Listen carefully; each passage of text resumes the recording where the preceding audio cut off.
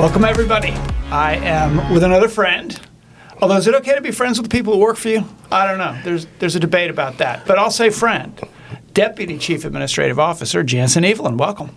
I would say friend as well, boss. Friend's okay. Yes, yeah. friend is good, fine. Good. Thank I can you still for be your boss. You're always still my boss in this arena. Thank you very much for having me on. No, I brought Janssen on because you are not only Deputy CAO, but oversee the whole land use portfolio of that job, which means that the hardest things we do in government, the things that start wars are started over land use, land all over throughout history.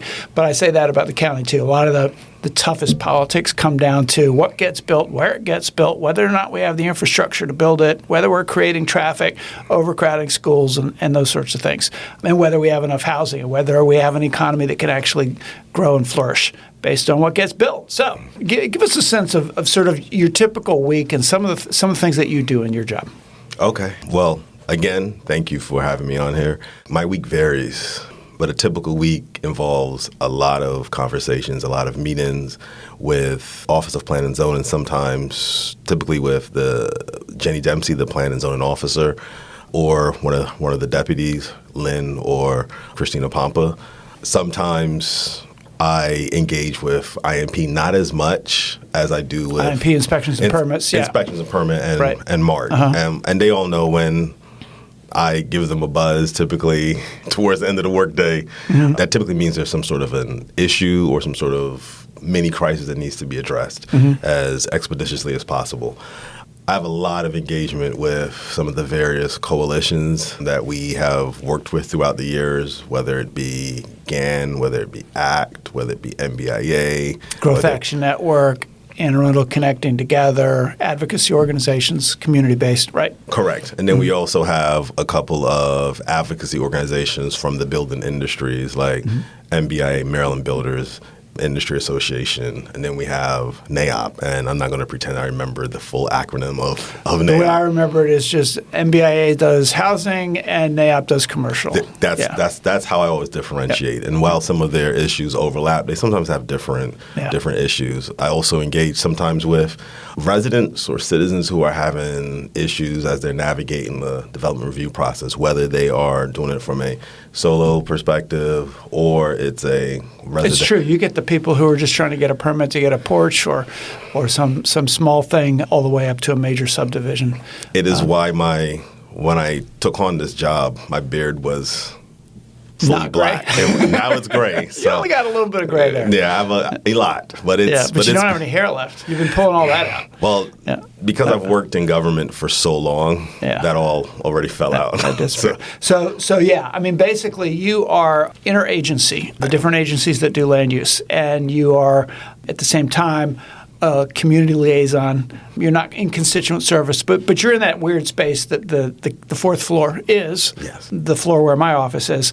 The folks, actually, you're on the third, but that's that try to make the whole thing work and solve problems, because sometimes the systems that we have set up don't actually do that, and everybody's in their silos and doing their thing, and so you're supposed to bring them together. I'll tell you, one reason that I hired you for the job is not only your expertise as an attorney and the work that you've done throughout government, mostly in Howard County and some in Prince George's, but that you have a personality that is sort of a peacemaker. You get along with people and people like you, and I think that's kind of necessary in these battles. I know that I have a personality where, because of the nature of the work I've done, particularly when I was a practicing attorney, I realized that a better way to practice law to resolve some of these issues were to sit down and have uncomfortable conversations. A close friend of mine once said, when you start your day, begin by eating the frog. And that's a weird one, huh? No, because it's the one thing on your plate you don't want to eat. So you eat the frog and then everything else. You feel sick all day. Or you're full of protein, and then you have enough energy to get to charge through the day. But it is one. You got to do the hard stuff. Yep. And I think once you do that from a place of, and I would say, honesty, integrity, and just realizing that at the end of the day, if you've done arbitration or mediation or just even simple negotiation, people don't necessarily expect that they're going to walk away with 100% of what they want. Sure. But people fundamentally at a human level, Yeah. they want to be heard. They want they want to have their opinions validated. Yeah. And when you, as you began at the beginning, when you say land use is this weird intersection of that brings out the best and the worst of people. And I think when you try to navigate that space, you're never going to please all of them or even any of them. But if you're continuing in a way that says, look, I value this relationship. We're folks on coalition building. It helps, yeah. Yeah, and that's something that, I'm not saying this because you're my boss, but that's something, even though I've worked in multiple administrations, it's something that's so, I would say, elemental to how you proceed. Everybody who works here has to understand that. Yeah. Yeah, and you have to work. You got to listen to everybody, and you get a lot of knowledge from the diversity of thought. And I'll tell you, I came in as Mr. Tree Hugger from South County, farm boy, and the developers weren't happy that I'd won the election, and I said we were going to manage our growth in a way, and we were going to actually represent the people, not the people who are just people who are trying to make money on land, but the people who live on the land too. And we were going to represent that. And I didn't want to be pushed around by them. And I'll tell you, I didn't listen to them either. I didn't meet with them. I said, I'll talk to you about policy, but I won't talk to you about your project. Yes. You got your regulators for that. I don't want to be pulled into the system that so many county executives have been, where their political donors, who tend to be in land use, because they're the biggest donors, are the ones they hang with, and then they end up making decisions to benefit them at the expense of community, and then they don't have the transparency, and they try to hide what they're doing. And it just wasn't – I had to turn the ship on that. And I believe that we did to a large degree. But then I felt that we also had a development plan, Plan 2040, that we need to implement. And if we're going to do housing affordability, and if we're going to do infrastructure before we build, and if we're going to grow our economy in the ways that we want it to grow, we have to build some stuff. And the folks who build it are in the private sector. So if you don't talk to them, how are you going to get them on board and move the whole ship? So I think we've done that. You've helped do that. But let's go back to your background a little bit story. More. Yeah. I first met you at a bar, right? All the best stories begin when you meet someone at a bar, apparently. But yes, we met, to be clear, at Winter Mako. Maryland Association of Counties, yep. Eventually, I'll realize to stop using the acronyms, but thank you for catching that. Yep. But we met at the Maryland Association of Counties. It was their winter session, and I was, at the time, I was working in the private sector. I was an attorney at Baker Donaldson, and I had an emergent portfolio of work within the municipal space, the local government space, based on my decade-plus experience of working in either government operations, procurement, police accountability. You were a deputy CAO in Howard County for both Republican and Democrat, right? I want to be clear. It was technical title was assistant chief administrative officer. Yeah, okay. So I was assistant chief administrative officer at the time under County Executive Alan Kittleman. Mm-hmm. As you mentioned, he was Republican. I was promoted from the Office of Law. I was in the Howard County Office of Law as an assistant county solicitor, and the long-term chief administrative officer, his name was Lonnie Robbins, good friend and a mentor to me. He had asked me to come up and work for him, and I had declined because I felt that position was too political, and I just wanted to. What do you mean? You ran for office. You tell me too political? But that's the point. It's just you got to separate the two. It's just no. It's just funny how life happens. I started working in Howard County 2015. He immediately wants me to start working with him in county administration. I declined for close to 2 years because I had no political aspirations. I had none whatsoever. I just wanted to be a good lawyer. And eventually I realized, you can't look a gift horse in the mouth. This was an opportunity, even though we're going into an election cycle. And I worked there for almost 2 years under the Kittleman administration. Dr. Calvin Ball became the county executive in 2018, and he retained me. My portfolio grew. It expanded to include contract procurement. That's unusual for somebody from the other party to get elected and keep anybody in that close to them. But no, I think it's a testament to, I would say, the county executive, to Calvin Ball. I also think it's a testament to, and it sounds weird to say, but I think it's a testament to my reputation. My reputation at the time was just that. Like, I'm going to work one across the aisle. I'm Yeah. going to focus on getting results. But you were doing some personnel matters, right? I You handled were a- doing police, a lot of public safety matters, right? Yes, when I was an attorney in both Prince George's County as well as Howard County, my focus was on it was called the Government Operations Division, where we equally spent time between land use, code enforcement, as well as personnel matters, including responding to EEOC, Equal Opportunities Commission, as well as their state equivalent, and then along with a lot of. Back then in Prince George's, we had what was called the LEOBR, Law Enforcement Officers Bill of Rights. And in Prince George's County, I handled dozens of those cases. And when I went over to Howard County, that was still something in my portfolio as an attorney there. Then subsequently, it got repealed, which is how I think Police Accountability Board. The Police Accountability Board. Yeah, so when I met you at the bar. At the bar, drinking whiskey.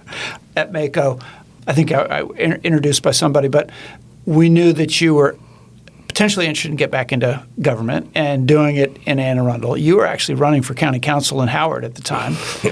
And you got beat, not by much, but you got beat. We were a little bit glad that you got beat. You told me that. Yeah, because the question was, should we hire him? As it was. Yeah, can he work for us while being on the council in Howard? There's really no real reason he couldn't, other than that it might be time consuming to do that. And so, yeah, we were kind of glad when you didn't get elected. And, and so we hired you.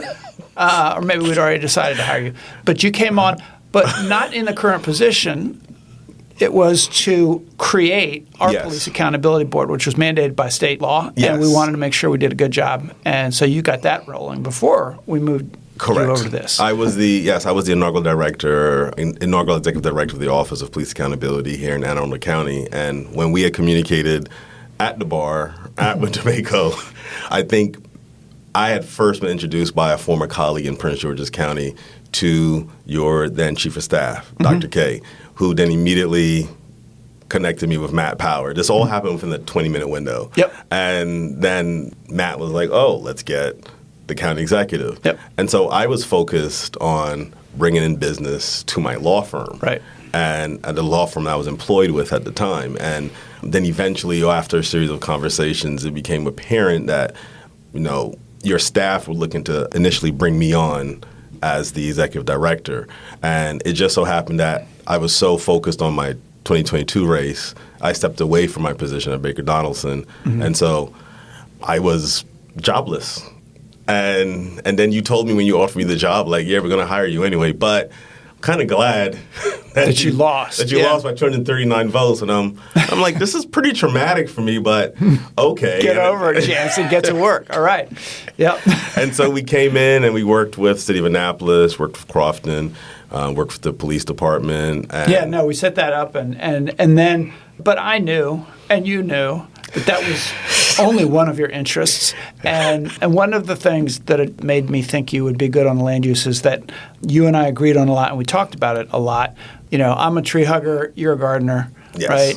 I mean, I'm also a tree hugger. I'm the president of Howard County Conservancy. Okay. So, and I've done a lot of work in the community gardening space, particularly around ensuring that Black and brown peoples, they kind of retain or get reacquainted with their relationship with their history with the natural world.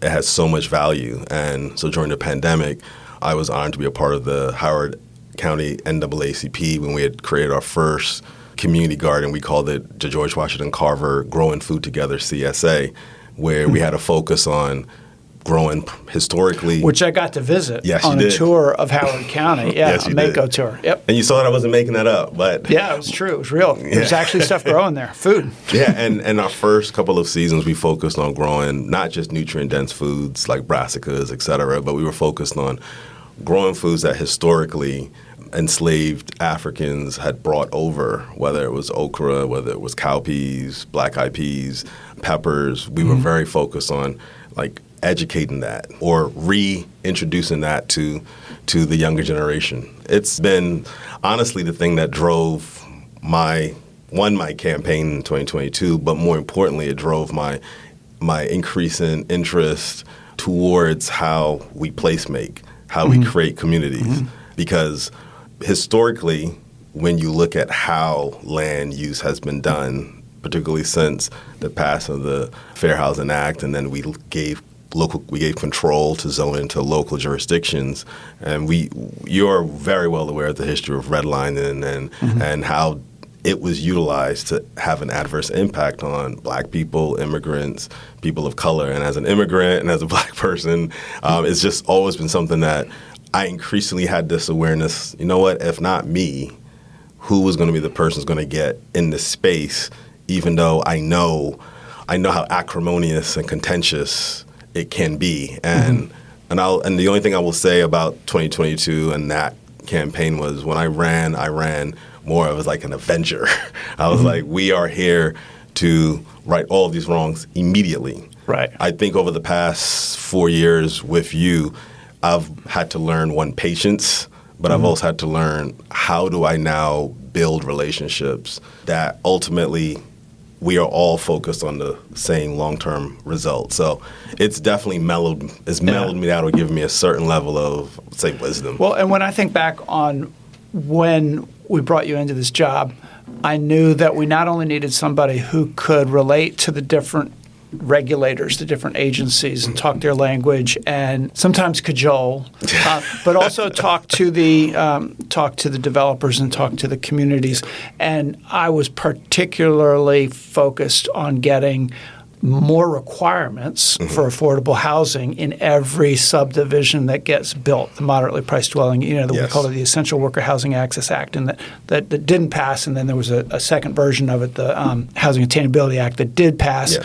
And, we had our struggles during that. Yes, we did. And I mean, I was concerned that some of the stuff that got into that bill was more about sprawl than it was about actually doing affordability. And it's not a perfect bill, but now we have 15% required on rental and 10% on home ownership. Correct. And it's something to work with. Frustrating that they put all their applications in right before the July 1st when it took effect so that they wouldn't have to actually do those units. But I will say that I needed somebody who was a strong advocate for affordable housing and essential worker housing, and you have been that. And I needed that for communities, and I needed it for developers. The developers who just want to build what they can make the most money on, and communities who are afraid that if you build that somehow the character of the community will change. Yes. But at the same time, recognizing, being a listener who would understand that people invest their livelihoods in where they live, and they're scared that it's going to change. The number one thing has been traffic. Yes. I mean, when you build, you got more traffic, and it's been really hard. I think our saving grace has been that we had Plan 2040.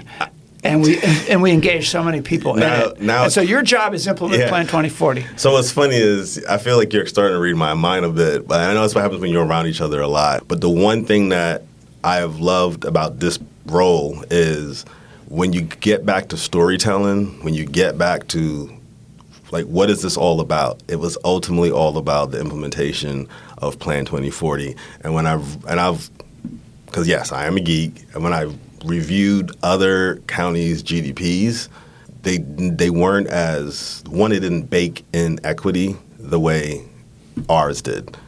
And they weren't as serious about we have to preserve what makes this jurisdiction, this county unique, the natural world.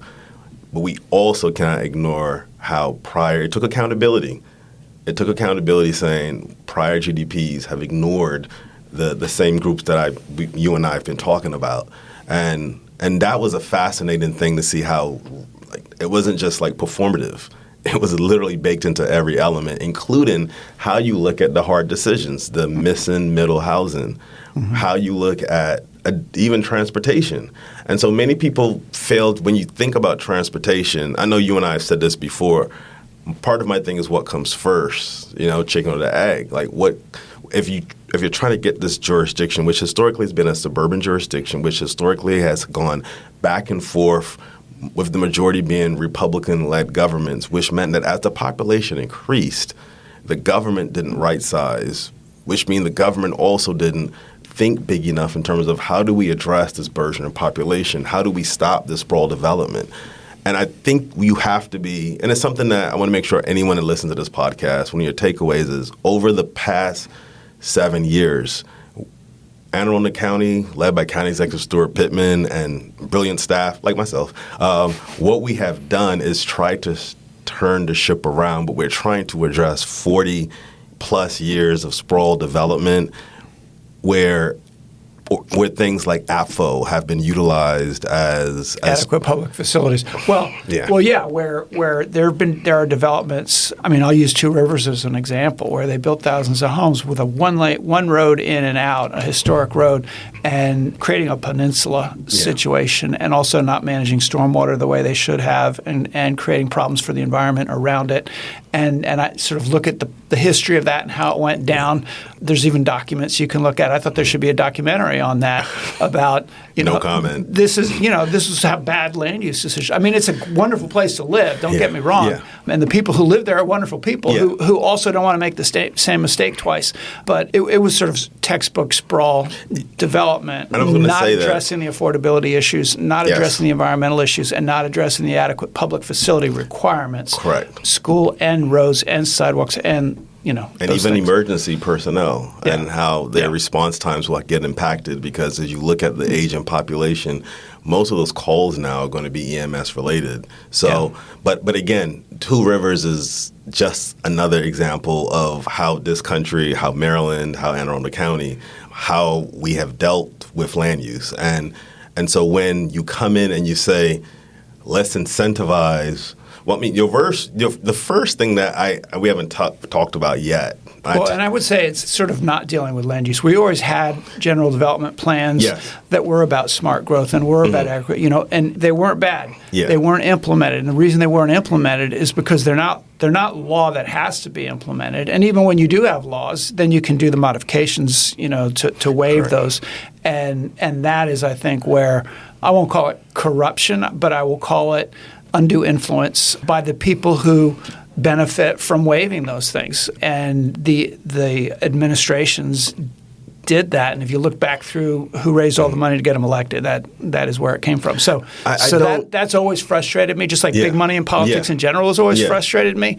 However, the solutions don't bring those people to the table. The solutions are, bring all the brains to the table. You see, and I think that's because I think if you just say, oh, it's special interests, I think it's easy to just point to that, but I don't know if that's a complete story. I think people historically have not had the will.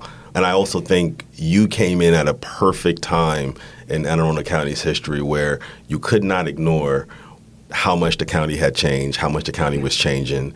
And then you also had a majority on the council. And so it was a bit of a perfect storm. And because you had a GDP that was so progressive, I think it forced people to say, you know what, we have to do things differently. So if you say special interest, I would probably say political will. Maybe ultimately we can get back and say they're one and the same, but you came in. Well, one of the special interests is often NIMBYs, right? Neighborhoods that were saying hell no. Correct. So you've got that. And then you've got the developers wanting to maximize profit, and then you've got the public interest at large, which includes the need to grow the economy and to have housing for all sectors of the workforce. Now I get to correct you, and when he said NIMBY, he meant not in my backyard. Okay, so, I use one. Yep. And so yes, there is that balance, which isn't necessary. I mean, take it as you will. I mean, I've heard people say, proudly say, not in my backyard is what I stand for. Don't put it here. Which can be a legitimate position, or it can be a racist position. And I've seen both, because I've knocked doors in the past where people said apartments bring apartment people, and I remember my response was, well, I'm apartment people. Yeah, you're talking. I came to this country and grew up, 5 of us in a 2-bedroom apartment, and so there's always been that. Is that both and perspective? And so, and we have a county council now that is disgusted by a statement like that, but we had a county council that loved statements like that in the past, right? It's like I that said, were saying those things like on I the said, dais. Yeah, I think we so cannot. we made progress. Yeah. In addition to solving problems on specific projects and trying to get people to talk to each other and find ways to do things and help to manage the whole project by project, subdivision by subdivision of the county, you do a lot of legislative work. Yes. With Ethan, who's when it's land use, you come to the table, and so we've done some of what we did before you got there. We did a number of bills. We did forest conservation. Yes. We did ADUs. the density bonus for workforce housing. We've done accessory dwelling units, and we're still trying to accelerate that because I think it's a real way to get affordability without changing characters of neighborhoods and without big sprawl, without big developments even.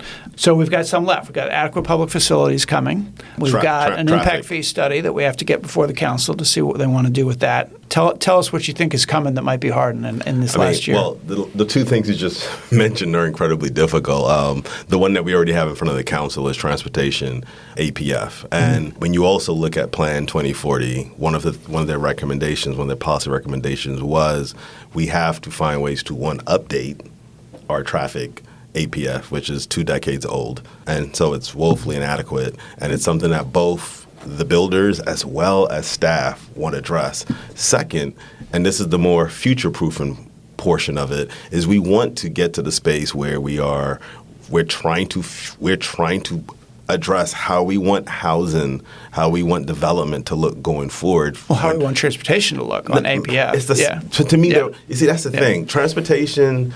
So you and I went to Sweden, right? We went to Sweden and we saw how they do it. Multimodal, right? And ours is all car-based. Ours is all vehicular-based, which has huge negative impacts when it comes to pollution, right, to stress, to sprawl. Whereas if we find ways, particularly around the growth areas that we want to in the county. Town centers and we start to connect these communities in a way so that our kids don't have to just use a vehicle. They can they have safe ingress and egress on bikes. That's so we're facing some headwinds on that. It can be when the government says, okay, adequate public facilities means for you to be able to build something, we have to make sure that the facilities are there. And one of the facilities might be bike trails, sidewalks, and that is part of transportation, not just the roads not being failing. So there's that as well. Correct. So the changes that we're proposing add some of these requirements in some instances, right? Absolutely. No, in many of the instances, obviously based on skill, based on where you are. If you're in South County, you're not going to have to make sidewalks everywhere. Exactly. Or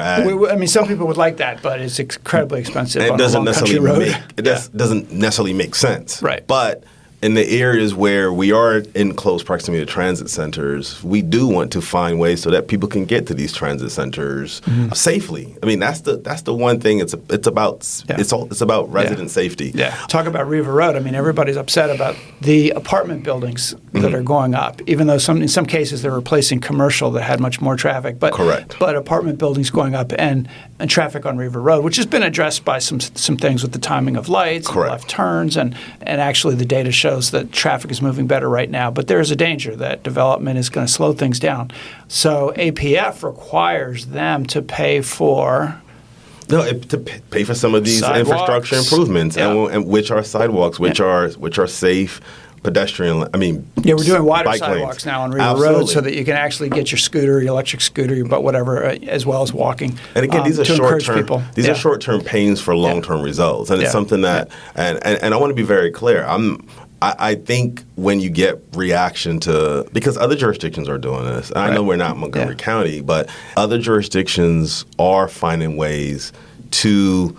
Again, I call it future-proofing, and it would be pointless to add all of the land use legislation and say we want to let our essential workers live here without making sure their children have a way to get around, to give them options other than using a vehicle. That's how, when you talk about how me and you kind of sync, these are the ways you preserve the natural world, the ways you. Maybe it's we were in Sweden a year ago, so it's a way that we start to create the type of infrastructure that's needed for the future of Anne Arundel County, as well as make sure that we are addressing the transportation issues the traffic issues that come up. Because when you look in Anne Arundel, it's either two of the bigger issues are always we need more housing or affordable housing. Yeah. But then it's too much traffic. So we have to find the right way to address both. And I do think, again, chicken and egg. So we had the strategy that we ended up using on MPDUs, having the requiring of moderately priced dwelling units. Developers said it's going to cost us too much money, and we couldn't get a majority of the council without getting the development community on board. Correct? We face that again potentially with traffic APF, that it's cost them money. And so does that mean that we're negotiating with MBIA and NAIOP, the development lobby, exclusively to get council votes? That seems weird. No.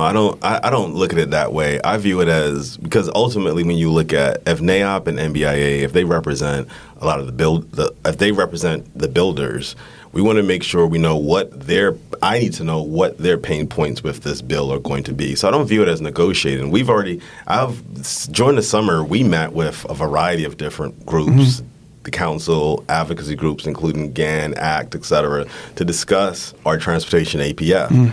And now that the bill is introduced, I want to make sure that when that bill is up for a vote, I know that I can say, look, we'll get whether I would love 7.0 or 4.3 or 5.2. So I want to make sure what are the pain points. But it goes back to how you said part of my job, and this is what makes it sometimes difficult, is listening and then not just reacting, but then saying, all right, negotiate. Well, you got to be creative too and come up with a third way sometimes. Or we got to be just play hardball too sometimes. We played hardball on the MPDUs when I said we're not going to pass any of these bills that benefit the developers that they want until we get this one done. And we waited for a year, and then they were under pressure because there were some things they really wanted to get done, and we said not until we pass that bill. And I think that tactic made sense for that.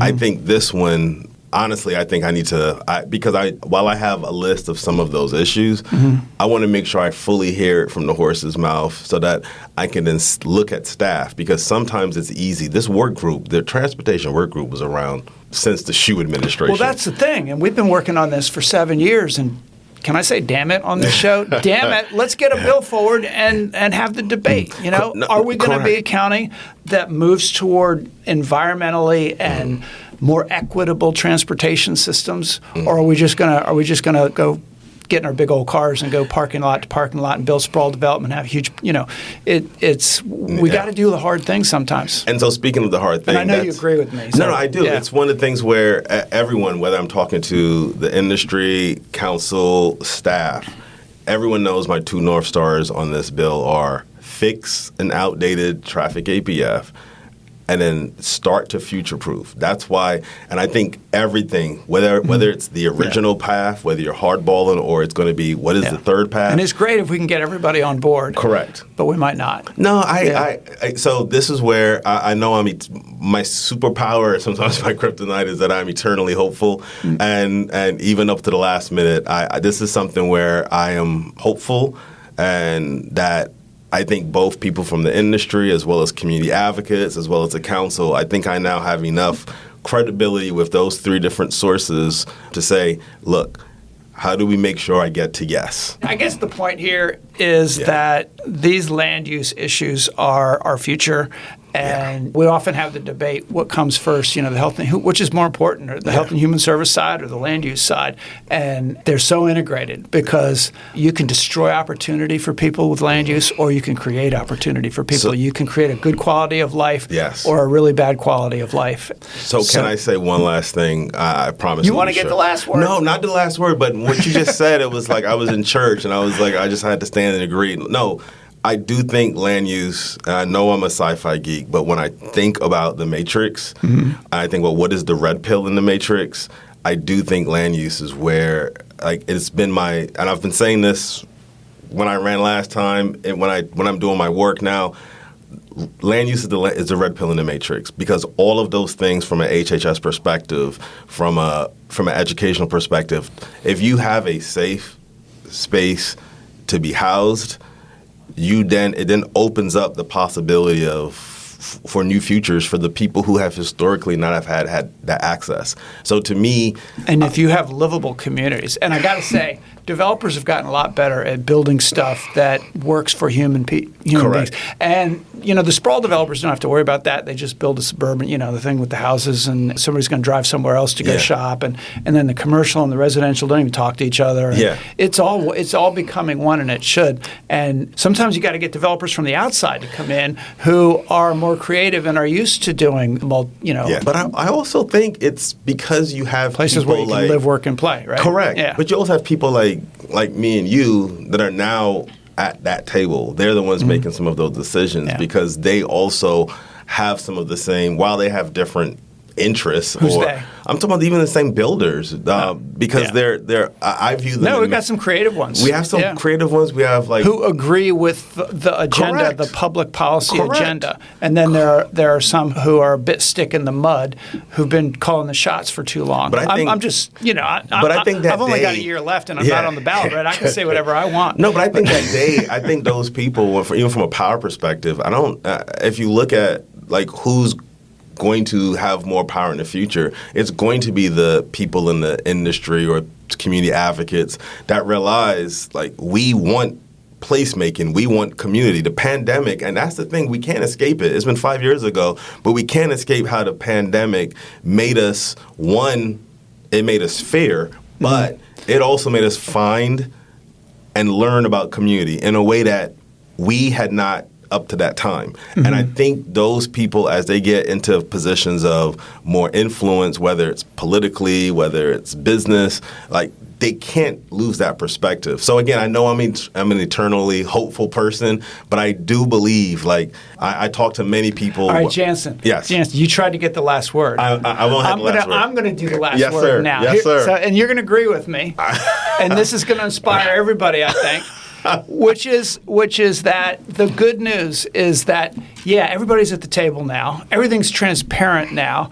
And I've been really impressed with the way the developers are getting smarter and the advocates are getting smarter, whether they're advocate for the environment, advocate for affordable housing, or those two sides talking to each other. Yes. And we got some people in this county now who've been through the region planning process, many of them, and they are smart. They have learned policy, and their minds have been opened, and they're at the table.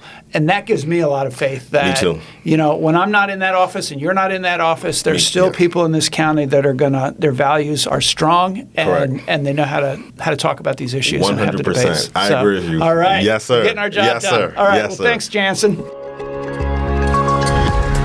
You're listening to the Pittman and Friends podcast. If you like what you hear, please hit the subscribe button, share with a friend, and join us for the next episode.